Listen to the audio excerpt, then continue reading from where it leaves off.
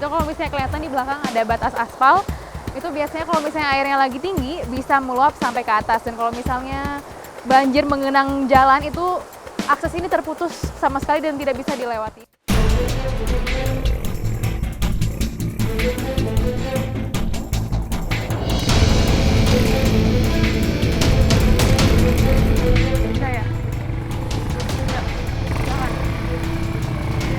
Untuk mendapatkan hasil yang terbaik, para petani porang harus masuk ke dalam hutan untuk mencari lahan yang gembur agar porang yang dihasilkan menjadi lebih bagus dan lebih baik. Bisa, Pak?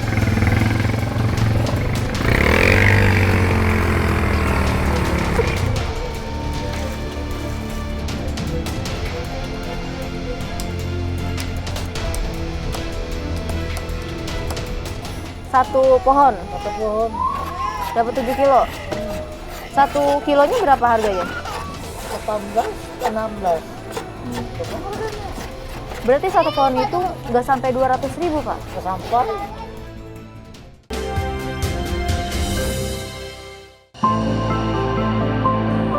Tim Indonesiaku kali ini menuju Pulau Sumba, Nusa Tenggara Timur. Perjalanan kami mulai menggunakan mobil dari kota Waingapu. Jalur perbukitan dengan hamparan padang savana di kanan kiri mengiringi kendaraan kami. Jalan yang belum pernah tersentuh aspal menyulitkan mobil untuk melaju. Hujan deras yang sempat turun beberapa hari terakhir menyisakan lumpur tebal yang seakan melahap ban kendaraan kami. Di salah satu titik, kami menemukan 2 mobil pickup yang terjebak. Berkali-kali mencoba untuk melewati tanjakan ini, namun berkali-kali pula gagal. Salah satu pickup bahkan sudah 1 malam penuh terhenti di sini. Tanpa bantuan tali dan kendaraan lain, mereka tidak bisa berbuat apa-apa. Kami pun memutuskan untuk membantu kedua kendaraan yang terjebak. Erik, sopir kami, mulai mengikat tali di bagian depan pickup yang kemudian dikaitkan ke mobil double gardan yang kami tumpangi. Mobil mulai ditarik melawan lumpur tebal yang mencengkeram ban. Suara mesin makin menderu, namun pickup yang ditarik belum juga bisa lolos.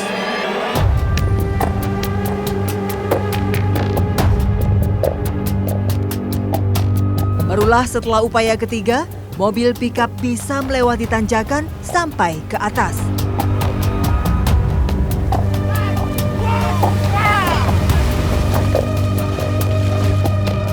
Pickup yang kami bantu ternyata menuju ke sebuah pasar mingguan yang ada di kecamatan. Terjebak berjam-jam pun pastinya akan membuat mereka tiba di pasar terlalu siang. Namun, ini bukan pertama kalinya bagi Ibu Erna berhadapan dengan jalan hancur seperti ini. Kalau orang di sana kalau susah oto juga, kalau sudah begini susah sekali oto. Tapi kalau ke sana nyampenya kesiangan nggak nih, Bu? Ya kesiangan sudah, kalau tidak ada orang pulang sudah. Tapi kalau itu langganan pasti mereka tunggu. Karena itu garam, macam ke apa sirip pinang begitu, keperluan mereka. Berarti kalau kosong ini udah lewat sini pulang lagi gitu? Oh, pulang ya, sudah lewat. Ya ini sudah terlalu sedih juga, kita mau menangis juga susah. Kita ya Tuhan, ya Allah ya mau bagaimana sudah terpaksa sudah. Sangat miris menyaksikan jalan utama provinsi dengan kondisi seperti ini. Keberadaan jalan ini sangat vital karena merupakan akses utama yang menghubungkan warga di Kecamatan Tabundung dengan ibu kota kabupaten. Kami melanjutkan perjalanan menuju desa. Sesekali jalan rusak menyambut kami, namun kendaraan kami masih mampu untuk melaju. 3 jam perjalanan dari Waingapu akhirnya mengantar kami sampai ke kota Kecamatan Tabundung. Perjalanan belum usai. Dari sini kami harus melanjutkan perjalanan menggunakan sepeda motor.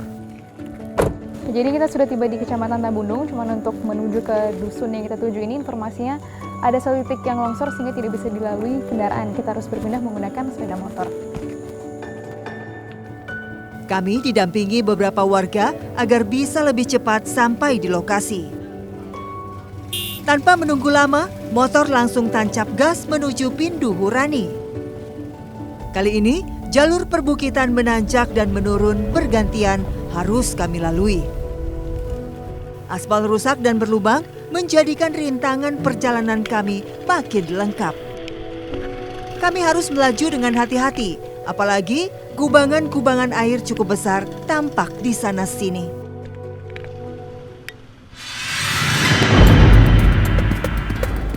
Dan inilah rintangan yang paling sulit. Sebuah sungai menghadang jalan kami. Sepeda motor mencoba untuk menerobos sungai sedalam 1 meter ini secara bergantian. Salah satu porter sempat kesulitan untuk melaju. Motor yang dikendarainya tiba-tiba saja mogok.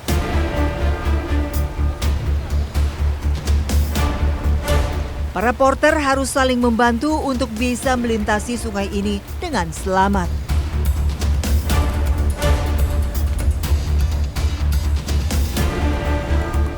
Saya pun memutuskan untuk turun dan melalui sungai dengan berjalan kaki.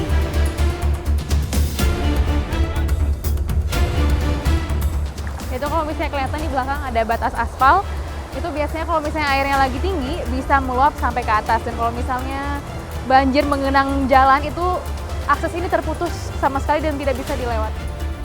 Setelah tertunda cukup lama, kami pun bisa melanjutkan perjalanan. Lebih dari 2 jam sudah kami susuri jalan rusak sampai ke Desa Pindu Hurani.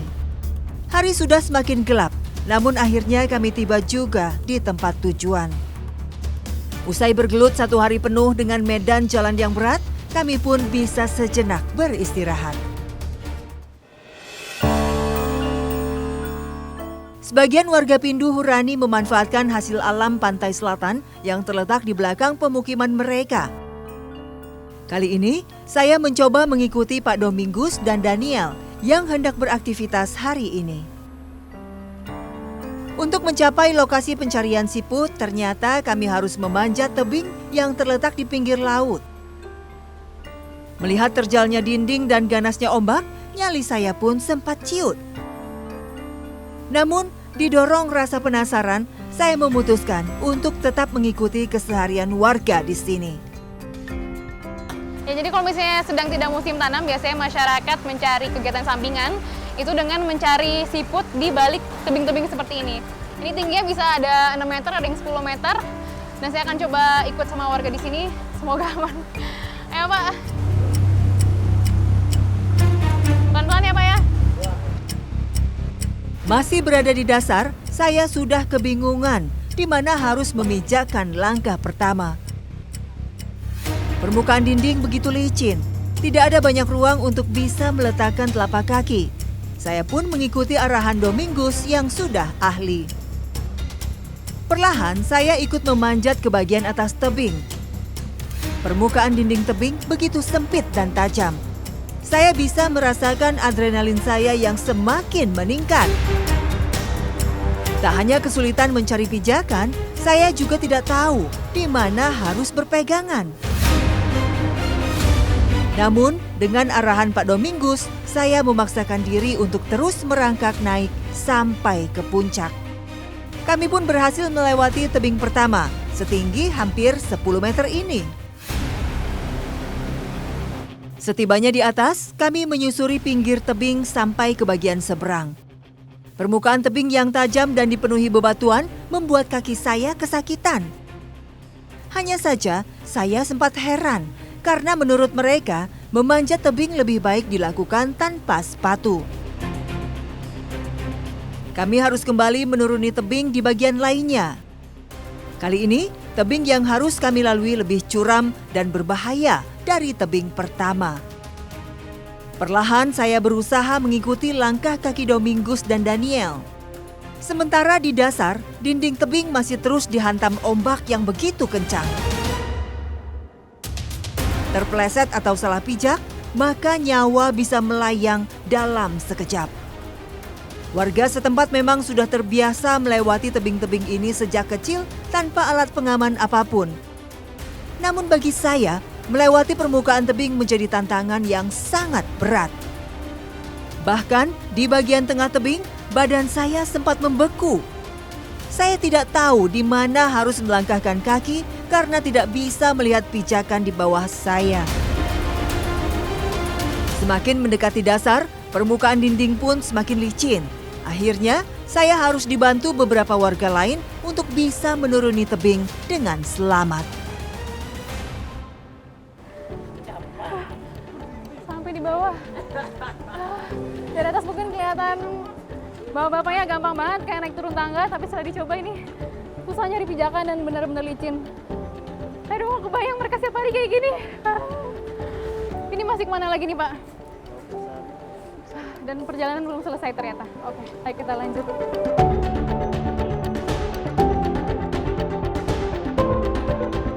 Tiba di dasar, kami baru bisa menyusuri pinggir laut untuk mencari siput yang bersembunyi di antara bebatuan dan karang yang ada. Menurut warga, di bagian pantai inilah mereka bisa menemukan lebih banyak siput. Tebing curam pun tidak menjadi halangan bagi mereka.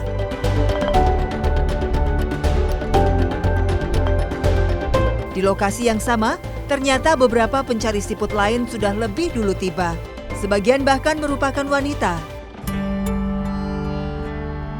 Proses mencari siput terbilang mudah, namun mata kami harus jeli karena siput yang menempel di batu-batu ini memiliki warna yang cukup gelap.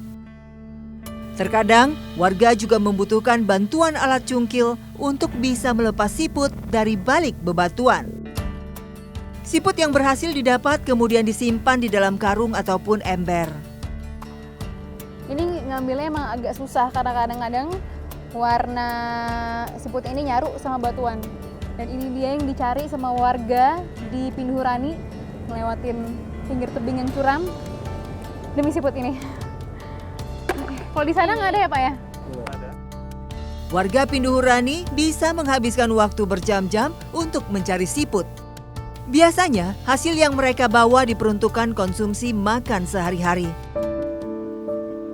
Saat cuaca dan jalan menghalang aktivitas perekonomian, merupakan saat bagi warga untuk harus bergantung pada alam untuk bisa bertahan.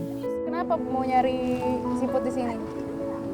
Jual, Hmm? nanti untuk makan. Kalau Bapak? Sama buat makan. Tidak takut kah itu naik-naik tebing kayak gitu? Tidak, sudah biasa. Sudah biasa. Musim apa baru bisa cari siput? Musim hujan, musim kemarau juga bisa. Juga bisa ya? Berarti sepanjang tahun bisa cari Bisa. siput? Kami sudah mengumpulkan cukup banyak siput untuk kebutuhan makan 2-3 hari. Sebelum matahari mulai terbenam, kami memutuskan untuk kembali ke desa. Di jalan pulang, kami harus kembali melewati tebing curam. Kali ini, warga harus melintas sambil membawa hasil tangkapan siput. Sama seperti Domingus dan Daniel, ibu-ibu yang memanjat tebing begitu lincah. Mereka seakan sudah hafal di mana harus memposisikan badan saat menaiki tebing.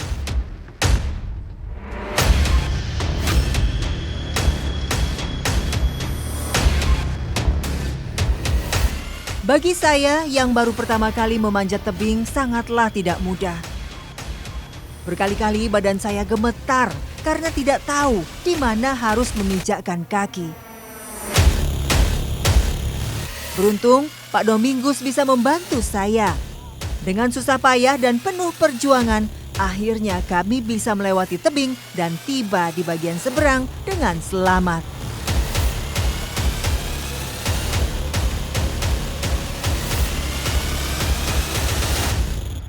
Nggak ada kata lain selain salut sama masyarakat di sini. Demi satu karung siput, mereka harus mempertaruhkan nyawa di balik tebing-tebing ini. Aduh, luar biasa.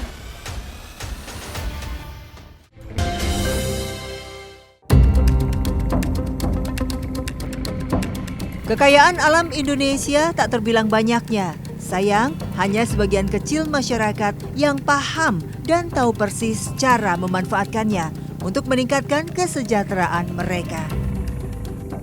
Kali ini tim Indonesiaku mengajak Anda menjelajahi hutan di Desa Tritik, Kecamatan Rejoso, Kabupaten Nganjuk, Jawa Timur, yang dipenuhi rimbunnya tanaman porang.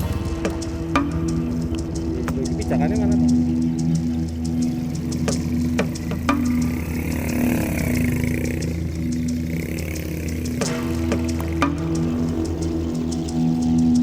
Nilainya yang sangat tinggi dan diminati banyak negara membuat porang menjadi tanaman umbi bintang 5 yang manfaatnya telah diakui dunia.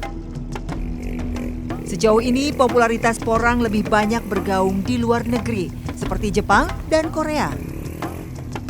Sebaliknya, di negeri sendiri porang belum banyak dikenal.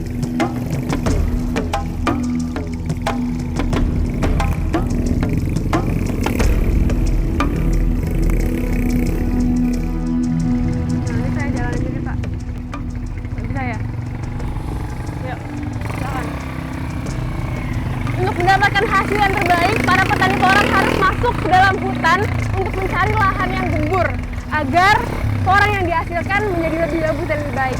Bisa, Pak?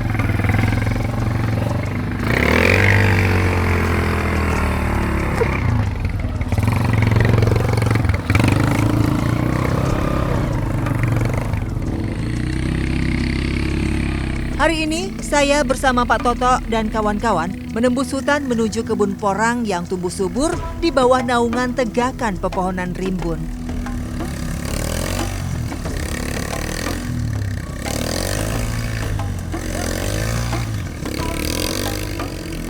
Di Jawa Timur, budidaya tanaman porang bergerak cukup pesat, menyambut permintaan pasar ekspor yang terbilang sangat besar.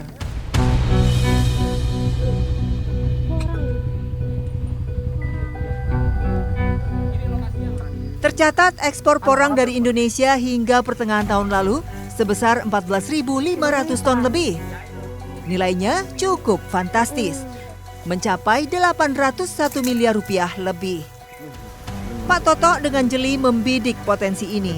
Dan sejak tahun 2005, ia membudidayakan porang dengan 2,5 kuintal bibit sebagai awalan. Mantap. Jadi yang ini belum bisa panen nih, Pak? Belum Mbak, belum. Ini nanti nunggu bulan 4 itu. Nanti kalau ini sudah ripah, ini tidak kelihatan Mbak. Ini semua mati semua, rata semua, ya, di tanah semua. Oh gitu. Nah, yang kuning-kuning itu, warnanya itu sudah mati, coklat-coklatan itu. Terus kataknya yang ini nanti jatuh sendiri Mbak. Oh gitu. Nah, itu namanya proses ripah di istilah sini, porang sini. Iya. Dan itu nanti bisa tumbuh lagi? Bisa tumbuh lagi, kataknya buat bibit lagi. Yang umbinya bawah kita ambil, kita panen Mbak. Kita panen, kita jual ke pabrik. Dijual, oh iya. Ekspor umbi porang mengalir deras karena umbi ini mengandung glukomanan, tinggi serat alami sebagai bahan dasar mie dan jelly. Yang paling populer sekarang adalah mie shiratake, asal Jepang yang rendah kalori dan cocok untuk diet. Sayangnya, saat ini belum waktunya panen. Biasanya, porang dipanen selepas 3 musim penghujan. Kita ambil, kita lempar gitu sudah. Nah, kalau sebesar ini kira-kira berapa nih harganya? Mungkin 50.000? Oh, ini Mbak. Ini Kalau nanti dijual ya. nanti? Ini nanti pada waktu musim panen ya. Ini bisa mencapai 4 sampai 5 kilo Mbak. 4 sampai 5 kilo. Ya, Yaitu ini kalau kita ambil harga yang standar aja ya. 12.000. Ya 12.000 kali 5 Mbak. Kali 5 kilo. 60.000. Ya, ini belum ininya Mbak, belum kataknya lagi. Nah, Oh, iya. ini porang ini Mas, Mbak. Ini panennya atas bawah. Oh, jadi Panen umbi. umbinya juga ya. dipanen, Iya, kataknya ini juga. bibitnya juga. Ini. Setelah panen, umbi porang akan diolah menjadi tepung di Pasuruan dan Madiun. Tepung porang inilah yang kemudian diekspor ke berbagai negara. Sayangnya, masyarakat hanya bisa menyuplai porang dalam bentuk umbi mentah yang harganya sangat jauh dari hasil olahan. Sekilo umbi dihargai hanya 12.000, sedangkan bila sudah menjadi mie shiratake, harganya bisa mencapai Rp40.000 per 250 gram. Nanti kalau misalkan sudah ripah ya, ripah alias jatuh, sudah masanya panen, kemudian menanam lagi atau seperti apa Pak? Oh iya ini Mbak, kataknya ini nanti kita perluas di lahan yang lain lagi Mbak. Bisa diperluas di lahan lagi, yang bekas dipanen ini, yang kecil-kecil ini Mbak bisa tumbuh besar lagi Mbak. Oh begitu, ya. Budidaya porang terbilang mudah karena selain relatif tahan hama, porang juga mudah tumbuh di ketinggian 0 sampai 700 meter di atas permukaan laut. Luar biasa ya tanaman porang ini. Selain umbinya bisa kita manfaatkan, ini akan ada tumbuh katak-katak di atas seperti ini. Nah, katak-katak ini kalau sudah 3 musim usia pohonnya bisa mencapai 50 katak per pohon. Dan ini dia, katak-katak ini bisa menjadi bibit yang akan ditumbuhkan kembali menjadi porang-porang lagi. Mahal harganya.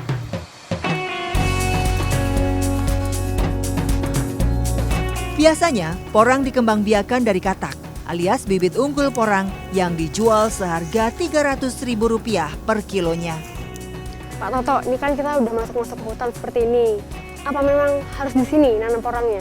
Oh iya Mbak, ini kita cari lahan yang bagus, tekstur tanahnya yang gembur seperti ini Mbak. Harusnya untuk mencapai yang bagus tadi hasilnya, umbinya nanti cepat besar, juga panennya cepat juga. Tapi bisa ditanam di tempat lain juga? Oh bisa Mbak, misalkan di pekarangan itu bisa saja. Itu tanahnya digulut Mbak, didangir gitu seperti ketelan. Jadi biar agak gembur sedikit tanahnya.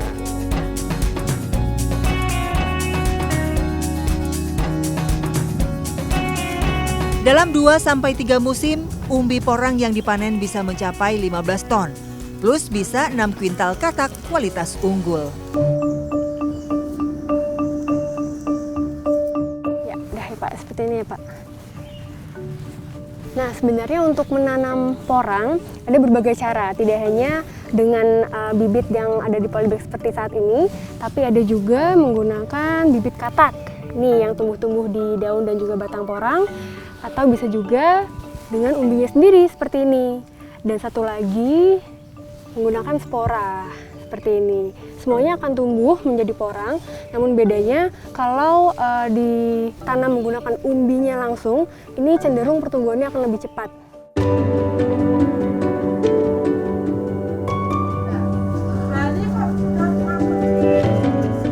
Aktivitas yang terkait budidaya porang tidak berhenti di hutan saja. Sejumlah pengepul besar juga sibuk memperjualbelikan porang yang kini sedang diminati pasar.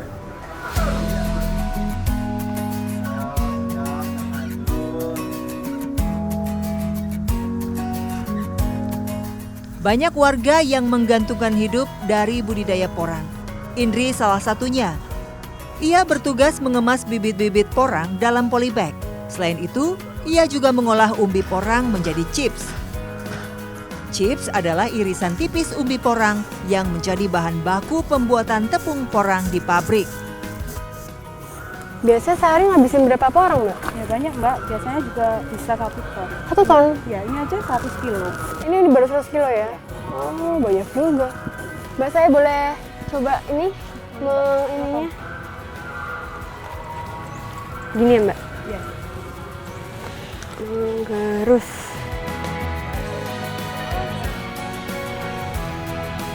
Dengan bantuan alat serut dari kayu dan sebilah mata pisau, saya mencoba memarut umbi porang. Awalnya biasa saja, tapi lama-kelamaan tangan saya mulai terasa gatal dan pedih seperti sedang digigit semut. Rupanya, kandungan kalsium oksalat yang cukup tinggi pada porang bisa membuat kulit gatal-gatal. Nah, proses pembuatan chips atau irisan-irisan tipis porang ini tujuannya untuk meningkatkan nilai jual. Kalau biasanya umbi porang dijual sekitar 7.000 per kilo, kalau sudah menjadi chips kering harganya bisa mencapai 60.000 per kilo. Dan untuk menghasilkan 1 kilo chips kering dibutuhkan 7 kilo umbi porang.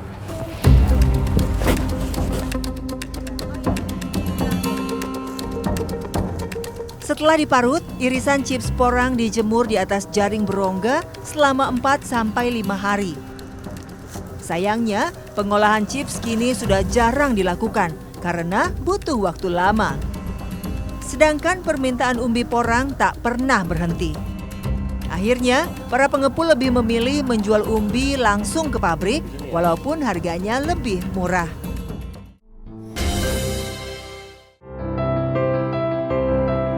Dari Kabupaten Nganjuk, Jawa Timur, tim liputan Indonesiaku menuju Desa Juhu di Pegunungan Meratus, Kabupaten Hulu Sungai Tengah, Kalimantan Selatan. Untuk sampai ke Desa Juhu tidaklah mudah. 2 hari perjalanan sangat melelahkan, harus kami tempuh. Jalanan hutan dan gelap malam harus kami rasakan di tengah hutan. Hingga akhirnya kami tiba di desa tertinggi di Pegunungan Meratus. Desa Juhu berada di jantung Pegunungan Meratus. Desa ini adalah satu-satunya desa yang ada di sini.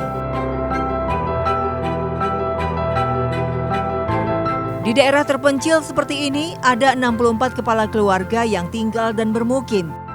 Jumlah penduduknya 150 jiwa.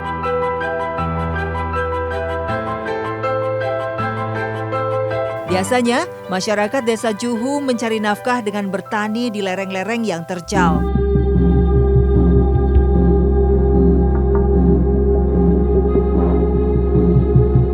Namun, di saat tidak bisa menjual beras hasil bertani, mau tidak mau, mereka harus mencari uang dari usaha lain. Salah satunya dengan bertani kayu manis. Hari ini saya bersama Pak Pinsi akan memanen kayu manis. Hampir seluruh warga Juhu memiliki kebun kayu manis. Menurut mereka, menanam kayu manis cukup mudah karena tidak perlu perawatan khusus. Tanaman ini juga tumbuh baik di ketinggian 500 hingga 1.500 meter di atas permukaan laut. Tidak heran, pohon rempah-rempah ini bisa tumbuh baik di Desa Juhu. Namun, memanen kayu manis tidak bisa sembarangan. Warga hanya mengambil kayu manis yang sudah berumur 5 tahun. Setiap hari, Pinsi menebang 1 sampai 2 pohon. Kayu manis ini nantinya akan dijual di pasar Batu Kambar yang buka setiap minggu. Bagi Pinsi, menebang pohon kayu manis berusia 5 tahun bukanlah hal sulit. Setelah kulit bagian bawah selesai diambil, kini tinggal menebang pohonnya. Inilah saat warga Juhu mengambil tabungan mereka.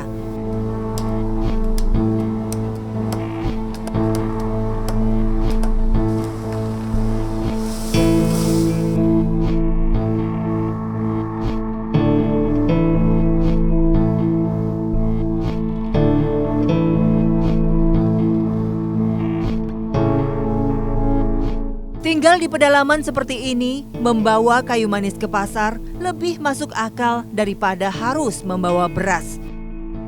Bobotnya ringan, memudahkan warga membawanya. Belum lagi harga beras yang tidak seberapa tak sesuai dengan beban yang harus dipikul pada saat membawa karungan beras.